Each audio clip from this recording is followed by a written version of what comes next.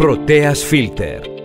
Φίλτρο ενεργού άνθρακα από κέλυφος καρύδας με μεμβράνη υπερδύθησης 0,1 μικρόμετρα. Η φίλτρανση πραγματοποιείται σε 4 στάδια.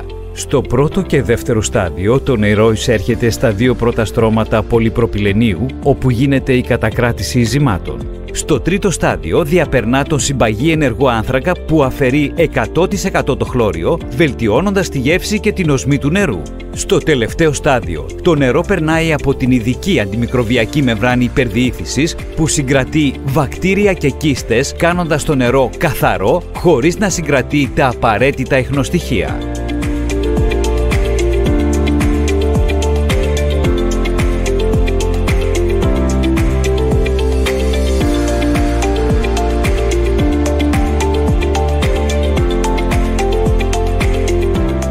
Proteas Filter. Καθαρό νερό για όλους.